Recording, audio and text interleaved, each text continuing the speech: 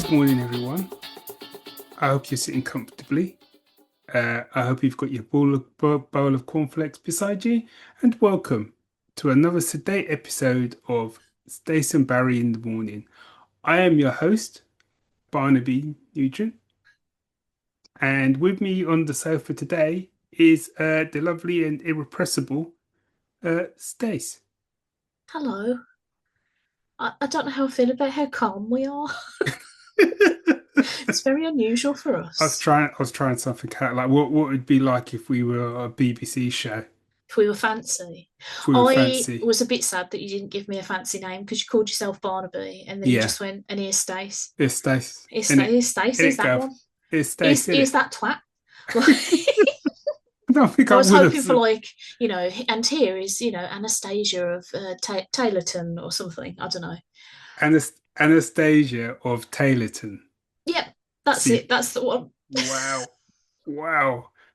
That's a choice. Isn't it though? When I was a very small child, I did tell people that the name Stacey was short for Anastasia because I was a fancy Russian princess. Okay. That was not true. His family were supposedly gunned down. Well, I don't think I went that far. I think I was Uh, just like, we've just come to the UK for a bit, haven't we? For a laugh. okay. Um, yeah. I just wanted to be more interesting than I was, I think. That's kids for you, isn't it? Well, Where you just mission make up a load of achieved. lies because you're like, I want to seem cool, so you just talk absolute shit. Like, that's actually the opposite of cool, but well done. And here I am, decades later, still doing the exact same thing. I find it really hard to lie, actually. I don't know about you. Like little white lies, I'm all right at, but I can't keep track. I've got a bad memory. I can't keep track of a lie, so I can't tell fibs because suddenly you'll I try lie and all the time. I'm just not good at you're just like, yes, and you've got like a giant bead of sweat just rolling down the it. side of Yeah. your face, anime style.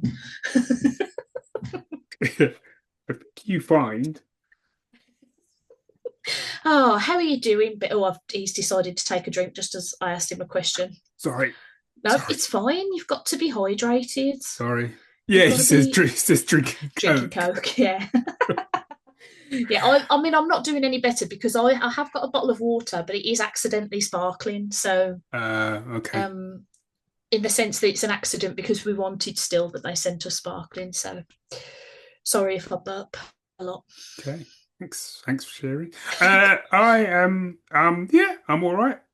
I I know we're gonna do like pick of the month and all that kind of malarkey stuff, but Hmm. I want to say mainly because I they're not my pick of the month. I want to give an honorable mention to the last Mission Impossible film because Okay, saw that last night. Have you seen it? I have. Yeah, I saw it. Yeah, I saw it in the IMAX. I think. Oh, Yeah, didn't like the seats. That wasn't the film's problem. okay. That was your review. My review was I I don't know what the didn't like film the was. seats. My arse hurts. No, I really liked the film. Like there's a lot of like, hey, do you remember this from the previous films? To a point in the first half where I was like, oh, I'm gonna hate this film because they kept showing you the same scene over and over. Like, do you remember this guy? And I'm like, yeah, you just showed me him. And I was losing my mind a bit. But then they did that underwater sequence, and I've like, oh, you've got me back in. And then Haley Atwell's tits brought him back to life. She did like tit CPR. It was amazing. That There's sequence was so badly felt there's like her. there's so much to unpack there. Don't unpack Haley Atwell's tits, you perv. I don't know where to start. Do I start with Haley Atwell's hits? Because I thought that's the place to start. Just thought that was so funny that that was the camera angle they chose for her doing CPR because it was like, ain't nobody looking at anything else that's happening on this screen right now. What are you talking about? I know they say he does his own stunts. Oh, we'd all do our own stunts if it We meant would. that I beautiful would. ladies would place their tits on us. Anyway, Anyway, the um, film. yes, the film. Uh, so here's the thing. So we had watched, Sue and I had watched, so what was this one? This one was Final Reckoning. So we Yes. watched Dead Reckoning the day before. So we watched that on Saturday, then we watched this one on a Sunday. And my problem was going into this one was because we were like And I was like, there's been such a gap. Let's watch the first one, get ourselves all set up for the. And I actually enjoyed Dead Reckoning much more than I did first time around, and I enjoyed it the first time around. So I was all set. Mhm. And then honestly, the first, I don't know if it was 20 minutes, it felt like 2 years where they just kept going like, yes, and remember you've got to get the key like you did last time from this bloke and a flashback. And I was just like, I watched this yesterday. Yeah. I know the Well, story. I'm even all, if you hadn't watched it yesterday, it it would have very not. much like I think I put in my review on Letterboxd that like this movie thinks its audience is thick as pig shit. Yeah. Like I've never come across a movie that's more hammered home. This is what we're doing now. Like every Honestly, 20 minutes or so in the movie. and I actually Weird. think because I've loved all of the Mission Impossible films, and I love that, and I love this film as well. But Mhm. there were more complicated Mission Impossible films before this one. Yeah, this one This didn't need the exposition this every one is like in half some hour. ways one of the most simplest ones because it kind of detracts, not detracts, it kind of detours, I think, from like the traditional Mission Impossible from the films where there's Mhm. kind of lots of like mask ripping and run and plot stuff and you got to get this and spy stuff. There was less of that, and it almost felt more like a kind of I know they're sort of going for the James Bond crowd, but this one felt the most James Bond out of all of Mm, them in yeah. lots of ways. The world is literally at stake. And I got it. You need to get a key. You get a key. You need to find this thing. You don't even really need to, as a viewer, me explain it to you. You don't even really need. You need to get a key. It needs to get this thing. That thing you can then use to take out like the The evil evil, AI, job yeah, done. the evil. That's your plot. Hmm. And if you don't take it out, the world's gonna end. That's your plot. Yep, I'll get me coat, love. Job done. And yet, the first 20 minutes, they just kept going on and on about it. And I was just like, honestly. come on. Can we just move it along a little bit? No wonder it was flipping 3 hours. Yeah, Um, there was definitely a case of like we absolutely could have shortened this down quite a lot. Like I don't want to spoil too much, so I'll just say that there's like a character that comes back from a previous movie, and they must show you the bit that he's in a previous movie 78 times. And I'm like, I know who he is now. I know who he was to begin with because I'm yeah. not a div. But I appreciate the little reminder, like it's fine. But it was like 53 times I had to see that same scene from a movie I've already seen. And I was like, why? But that sequence in the submarine blew my entire mind in the Yeah. IMAX. Like I've never felt more awful in my life because it just felt so oppressively like, oh no, what's he gonna do? Was what Sue was. We watched it, and Sue genuinely felt like she was choking. She felt Yeah. quite uncomfortable watching it. And there was a bit, and I think she missed it. I caught it where I can't think if he either went to breathe before it all started, and the screen went bigger Mm, as he breathed. And I thought that was cool. I mean, for me, the underwater sequence was brilliant, but I'm sorry, like dude running after a plane, job done, job done. oh my god. Had I been in the cinema, I would have probably stood up and Mhm. just applauded. It was quite spectacular on the big screen, to be fair, although Yeah. it did make his very flat, windswept hair extremely funny. Yeah, what was with the hair? Oh, do you know what? I complained about this at the time and people told me I was a div, but like I wouldn't have minded the fact that he had weird long hair if they hadn't had Haley Atwell's character say towards the start, oh, I'm liking the long haired look on you. Because no, Yeah. you aren't. No, you aren't. He looks silly. He looks categorically silly. And now you've drawn attention to it and it's all I can think about. But when it's blowing in the wind and it like really plasters into like a bowl on his head, it's very, very funny to me. Um, but it is a good movie overall. It is a Like good movie. it's like a solid 3.5, I think, because I do Yeah. think that the member stuff lets it down a bit for me, and it Yeah. is it is a bit too flabby. But the bits that are good are like fucking Are spectacular. really good. Like they're so good. I I want to did do Oh, sorry, go on. I did think the music was good. Mm, And I think this is an interesting thing actually. The music was really good. And then I was like, this morning I sat down to do some work on the book. I was like, oh, do you know what? I'm going to stick on that music. But I knew there was something not quite there for the music as much as I liked it. And the minute I went to Spotify, I was like, there you go. It's not because Lorne Banff Mm, did, I think he did Dead Reckoning. And I think Hans Zimmer's done some, hasn't he? I think so. Yeah. But Yeah. and it was good, but it was kind of a bit muted. It didn't have to wah wah wah. Oh, they don't use the theme anywhere near enough in this. Like, but I do think that the music that plays in the underwater sequence is fantastic because it's so like still and ominous. Like it's not, it doesn't encroach at all. So it does Yeah, make you like it really enhances that feeling of like an entire ocean pushing down on you, which is just grim. yeah. Yeah. I want to do a really quick honourable mention. Go on then. For a movie I'm not even sure if I liked, but I'll tell you for why. Okay, I went to see the movie Weapons the other week, and hang I on. feel like oh, that's the one. Okay. For the listener, Barry just did a little Naruto run in his in his little box room. Yeah, we went to see Weapons, and I think it's a film I would really, really enjoy.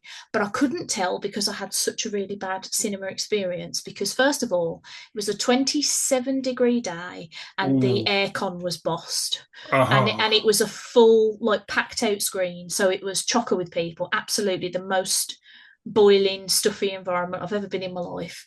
And then there were three people around me who did nothing but piss me off. So there was the girl who was sat next to me. So I was in a cinema where all the seats were recliner chairs. Oh And yeah. so her and her partner had reclined both of theirs all the way. But then she kept getting scared like every 20 seconds, like when very normal things were happening in the film, and like sort of throwing herself onto him. And every time she moved, it set off her smartwatch to just blare in my Um. eyeballs, which was driving me insane. And then there was two guys behind me, one of whom didn't seem to understand what was happening at all and kept asking questions. And then another guy who seemed to think that he was on MST3K and could just do jokes the whole time. And like all of his Oh. mates were laughing like he was a fucking court jester. And I was like, what are we doing here? Like, and a couple of times I gave him the evil eye, but like they just did not even give half of a shit. So about 20 minutes in, I was like, I'm so hot. I can't think. I want to do a murder on these people around me. And so I just couldn't, by the end of the film, all I could think about was how dry my mouth was and how much I wanted to actually kill people. So, but I think Weapons might have been a good film. And if I'd have seen it in a better environment, it might have been my pick of the month. Hooray! Making another advert for the reason why I don't go to the cinema. Thought we'd be okay because it had been out like a week or so at that point, so I didn't think it'd be that busy.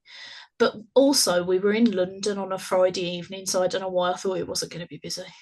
I Like mean that. Stace, I mean that is a rookie mistake, to be yeah, fair. Stace, you're a fucking idiot, mate. Just put yourself in the bin. Anyway, shall I do some Anyway, trumpets and we'll actually do an episode? yes. Oh God, I forgot we um, were doing an episode. Jazz pick of the month. Barry, what's your pick of the month? Uh, he says going to find his synopsis that I'd found and had lost.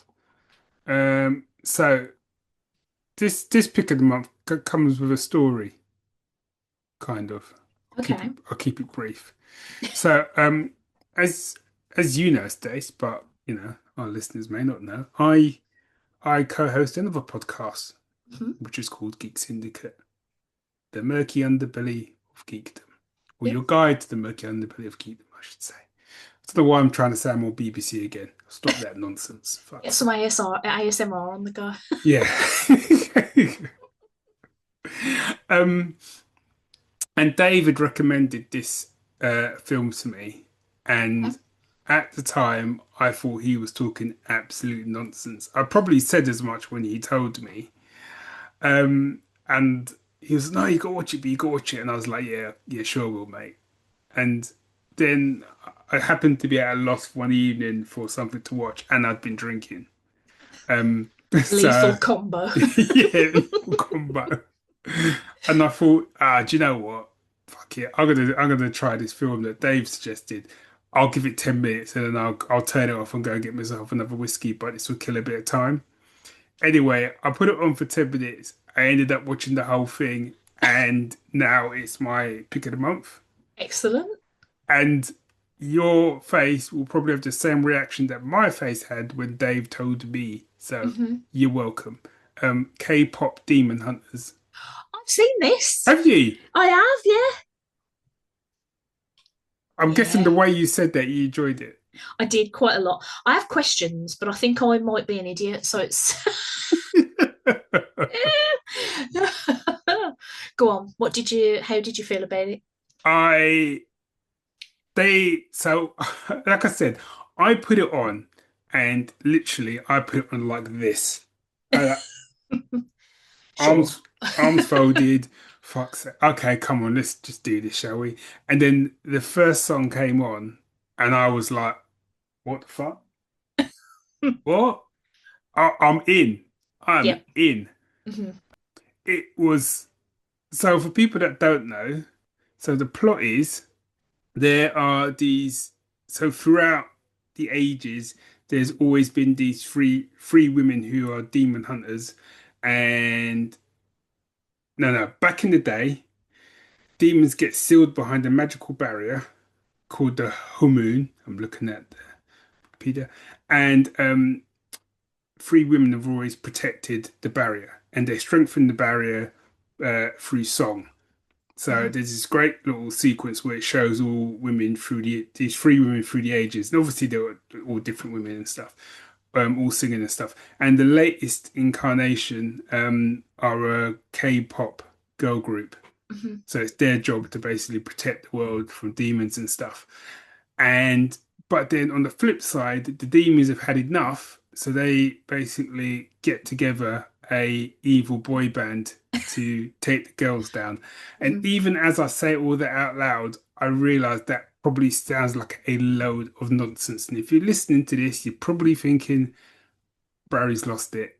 He's been podcasting for too long and he's finally lost it. And I'm here to tell you, it could well be true anyway, but you need to give this a go. Because for me, I thought it was so.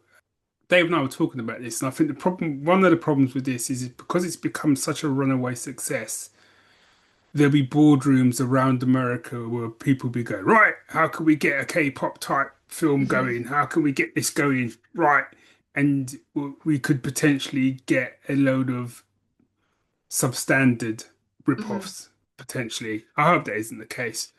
Um, but I just thought this is a big word, but I thought the last time I saw like some animation that was like this, just inventive and clever and had fun and didn't really care, I think, what people thought it's like, we're just gonna do this our way, was when I saw Into the Spider-Verse. Hmm. Hmm. People may not agree with that take, but that was definitely but there was like a freedom to it. Do you know what I mean? Yeah. Even though when you really break the plot down, although there was some stuff in the plot I thought I was surprised that they went where they went. Hmm. The plot was still pretty. You could see the beats coming. The plot was still pretty standard, but what they did within it, I think, with the characters and stuff, I thought was really cleverly done. I think I'm going to have to ask you my question about this film afterwards Okay, because it's going to be a great honking spoiler, okay, like a real honking spoiler. So what I will say about it instead is that so I had a day a couple of weeks ago where Rich was going to a festival for the day that I didn't want to go to. It was like cover bands for metal bands I already don't like, and I was like, well, that's not for me. um, so I settled in and I had myself a day of what I called Rad Animation Day. So nice. I watched a film called Lost in Starlight, which is another Korean Netflix. Was it Korean? I think so. Film about a bird who's going on like a Mars expedition to space. It's like a love story about Okay, her and her partner, like back on Earth. And that was great. And then I watched Into the Spider Verse, and then I watched nice, K-pop Demon Hunters, and then I watched Across the Spider Verse. nice. Um, and like that day for me, just like solidified. Like I've said it before, I'll say it again. Animation to me is fucking magical. Like the things they can do just the sheer like talent. And what I loved about this film is the design work of everything. Like the demons Mm, look amazing. The way that the music is represented in the film looks stunning. The design for that big cat thing and the yeah. little bird guy. I was like, oh my god, this pair. I Like they know. barely even do anything, and I was just like, oh my god. I think Um, it's a mild spoiler for me, because my cats do it not quite in the same way. But it's when the cat kept knocking stuff Knocking over the over, pot. and you just see it slowly do this to try and turn it back Oh, up. I loved that cat. Oh my god. But the design of that cat as well, like it's so cool looking. Yeah, And I think what helped this is as well is that because the plot is quite thin, it relies quite heavily on the songs. But like all of the songs are really good. yeah. I don't think there's a miss among them really. So yeah, I had a wicked time with it. I did like Rich was like, oh, I haven't seen. Why have you watched a film without me? And I was like, Rich, you won't want to watch this. And then he watched it like 2 days later, and he was like, no, you're right, that wasn't for me. I think his letterbox review said like some things aren't for everybody. I was like, okay, fair play. But yeah, for me, I just thought like it was funny, it was heartfelt, it was like gorgeous to look at. The music was great. Yeah. Like, what's not to like? Is good. My niece is obsessed with it, and she sent me a video the other day that I couldn't stop laughing at. She'd sneaky surreptitiously took a video of her mom, my sister, singing one of the songs while she was like folding laundry or something, All and right. then the camera angle just cut to my niece going, "I was dying." For the listener, Lexi was pulling a very distinct, "Oh no, this is terrible" face. This is my life. She was like, "Oh no." It was so funny. Oh dear. I really hope they do another one of those like cinema screenings because they did one last weekend, like sing along cinema things. I'd love to take Lexi to that, but they only did it for like the one day, which was a bit Okay. baffling. They've But released it now on Netflix, haven't they? Sing along thing. yeah, as if anybody needs the lyrics to pop up because everybody knows them already. I mean, I probably don't, I mean, I but don't because I've got a terrible memory, but yeah, we'll get there. yeah. That's a good choice, B. Good Thanks. choice. So my pick of the month. I just realised that I've force of habit in my notes wrote down pick of the fortnight, but it's not anymore. Mm. My pick of the month. I didn't know what to pick because I've seen a lot of mediocre things in the past month, and I was like, oh, I can't be bringing like a 3-star something to the table. That's bad. It's been a whole month, and I said to Rich, "Oh no, what am I going to pick?" And he went, "Well, what about Peacemaker season 2?" And I was like, "Oh yeah, fucking of course, because it's brilliant." I've seen the first episode. Okay, well, I'm not going to spoil any of it anyway. I can talk about this quite quickly because I do not want to get into spoilers at all. I just want to say that if you haven't seen any Peacemaker, you should catch up and start watching it. And if you didn't know season 2 was out yet, again, please catch up. I mean, if you didn't know it was out yet, you clearly don't follow James Gunn on any sort of social media because he is tooting that horn. I love him. He's so funny on the socials. But this, oh my god, this came out of the gate so fucking hot. It didn't fuck around at all. It like picked up basically exactly where it left off and ran off with it. And it's just, I mean, I loved season 1 anyway. I thought it was really fun. But also like a couple of bits that like really punched you in Yeah, the heart. I think the casting in it is great. Like we were saying before, we were talking about Superman and stuff. Like I think whoever James Gunn works with for casting stuff, give him an award, man, because top notch across the board. And like, who knew that John Cena was going to be so fucking good? yeah, Like, like he's so fucking good. yeah, he is. Oh my god. Yeah, I love everything about this so far. Like, I like the idea of where it might be going. I like I like the fact that it's coming out weekly, so I can do a bit of ruminating and chit-chattery with people that I know. There was a joke in the second episode as well that cropped up a couple of times that genuinely made me laugh so hard. I had to like pause the episode because I couldn't hear anything because I was like snorting and huffing. I was, oh my God, Yeah, I'm I'm gonna have a hoping to meltdown. watch episode 2 at some stage this week. It's got one of my favourite people in it, Tim Meadows, who I absolutely adore. Just extremely funny man. But um yeah, like again, just delivering on all cylinders. Like it looks great, it sounds great, it's got some great needle drops. The only thing I will say about season 2 is that I don't like the opening theme tune as much as the previous one, and I don't think they caught the magic of the dance from the previous season either, No, which made me a tiny bit sad. it felt a little bit try hard. Yeah, that's what I thought. And then I thought to myself, well, it's almost exactly the same. So like, am I just being an arsehole? Because I'm like, well, I've seen that. like, Well, no, because uh, I don't know, because I think the intro for season 1, most of the time I watched it yeah. because it was funny and it was a good intro. Mhm. Whereas season 2, I don't know. I almost wish they'd just done exactly the same again, but with different the characters for that season, if that makes sense, which is kind of Yeah. what they were going for. But yeah, I was just a bit, okay, Yeah, yeah, I think I was just I was like, oh, all right. But that's pretty much the only negative thing I've got to yeah, say about it because I love all of it. I love Freddie Stromer as Vigilante. He's so good as well. I've seen a load of people say, oh, he'd be great to play Deadpool. And I'm like, leave him alone. He's Vigilante now.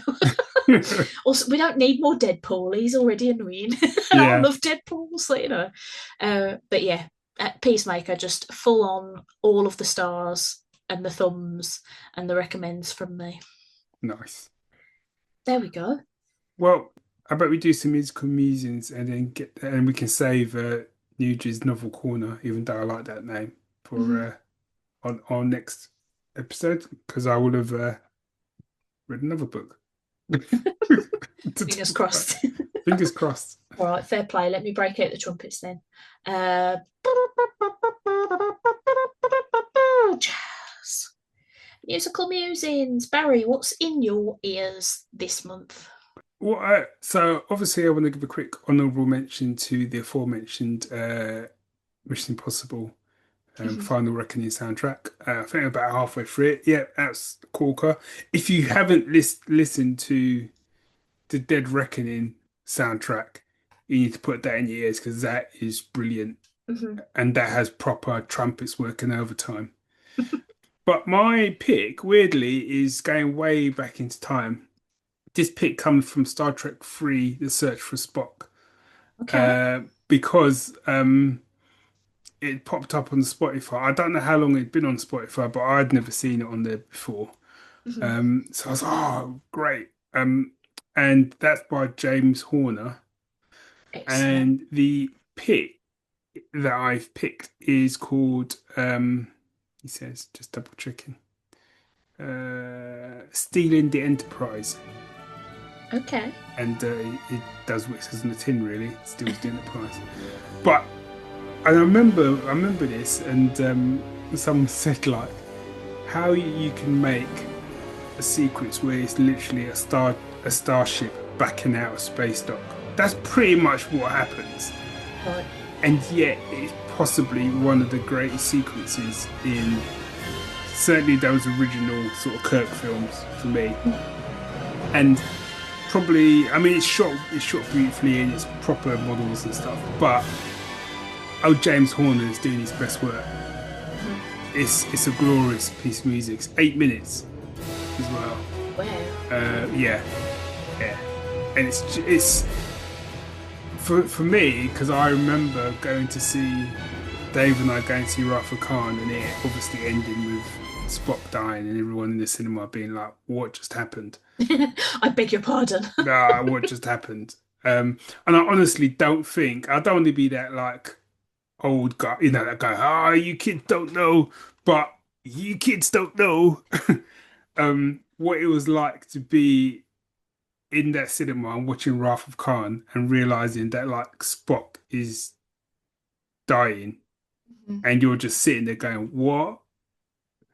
And then it ending and everyone having to like tip the fuck out of the cinema and go, well, Spock's dead. What do we What am I do now? supposed to do with my life now? Yeah, and having to wait years. There was no Netflix. There was no like, oh, we'll just flick it on. Nope. It was like years before we got Search for Spock, which a lot of people think isn't that great for. I actually really enjoy Search for Spock. I think it Mhm. works quite well. Anyway, I digress. James Horner, Stealing Enterprise, Corker. Listen to it. Put it in your ears. Top notch. I have gone for a much more recent beer music. I thought it was quite interesting because I don't know if you've seen Fantastic Four First Steps yet. No. Uh, Solid 3.5 for me. Okay. So, like, didn't blow my socks off, but enjoyed. But I thought it was really interesting. Like, one of the things I think that would probably get me smacked about by a lot of people on the internet is that you're never going to make a Fantastic Four movie that's as good as The Incredibles. The Incredibles is the best Fantastic Four movie that exists. And I think part of the reason for that is because a lot of their powers are inherently stupid looking in real life people. I don't Yeah. care how good your CGI is, Stretchy Man, silly. Yeah. Stretchy Lady in Incredibles looks amazing. Yeah. Because she's not a real woman, stretched around like a lunatic. Um, but I thought it was really interesting when I found out that they got the same guy, Michael Giacchino, to do the score for Fantastic Four Oh as did yeah.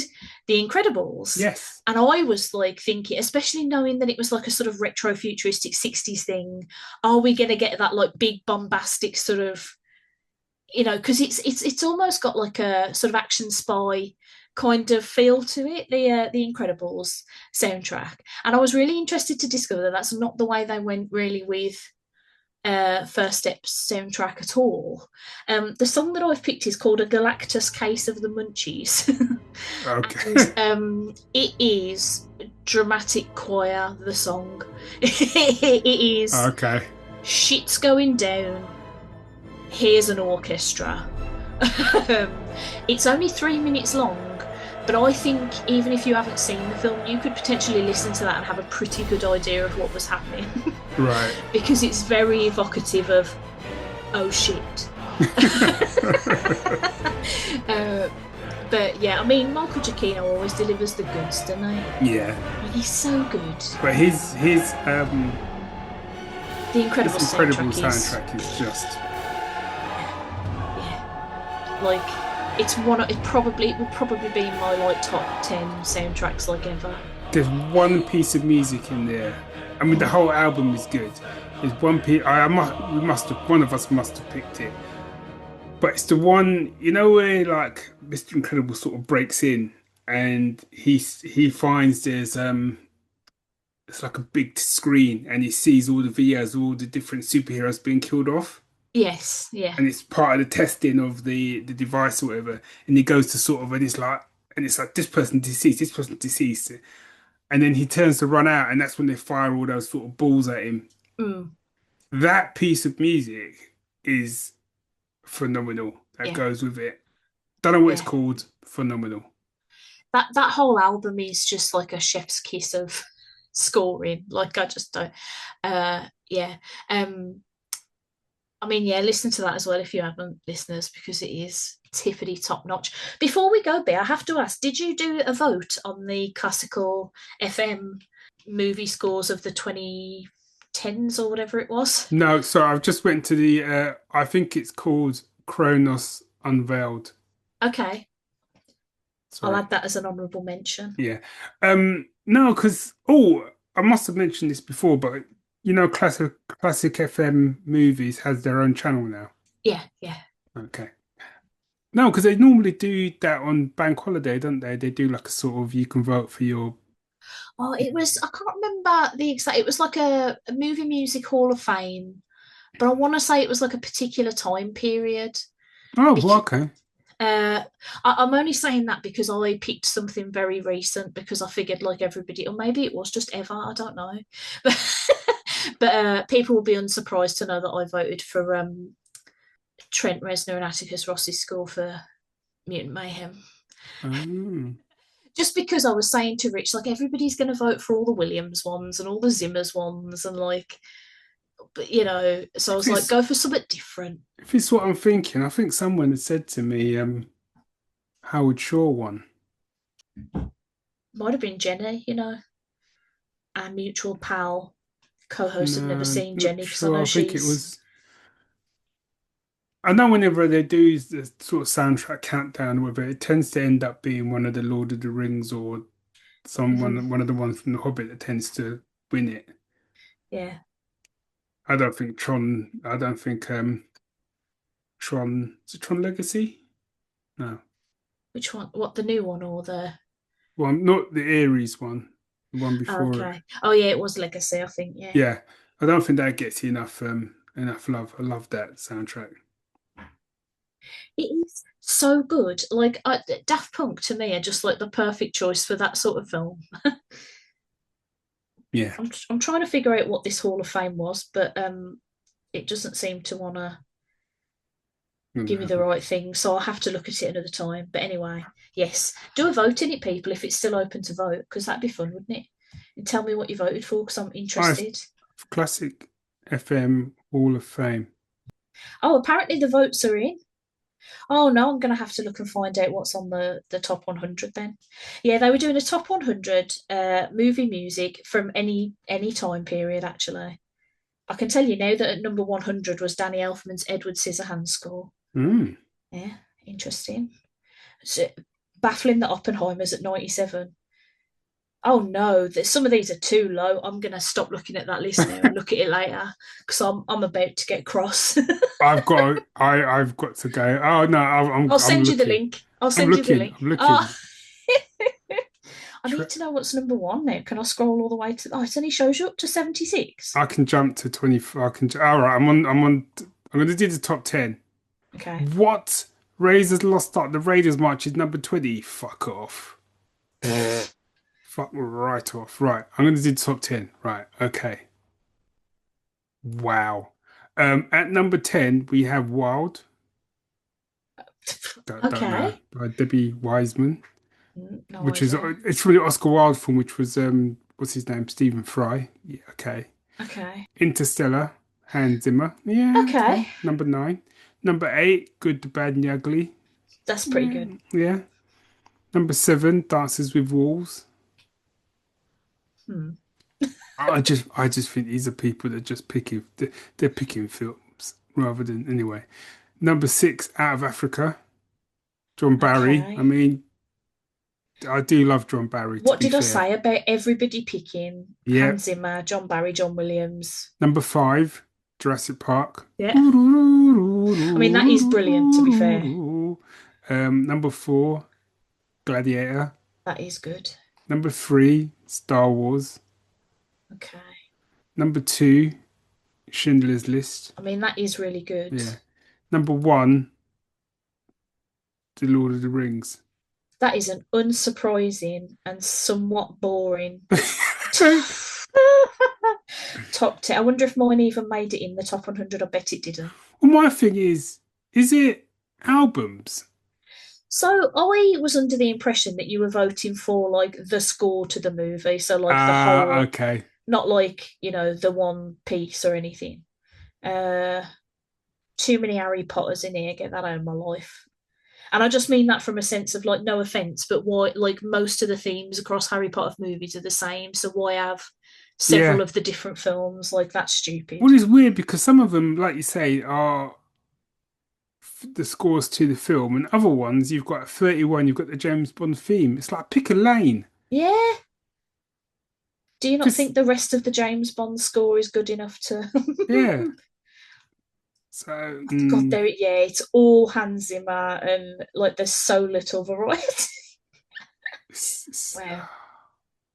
Okay, well, there you go. There, that was a little diversion into yeah, a bit of nonsense. we should do our own one. We should. Do Oh it my right. God, us trying to decide a top 10. Are you kidding? What we should do, but what we should do is we should do it, but we should we're not allowed to pick Williams or Zimmer or Who are the big guns? yeah, Yeah. Maroney. Yeah.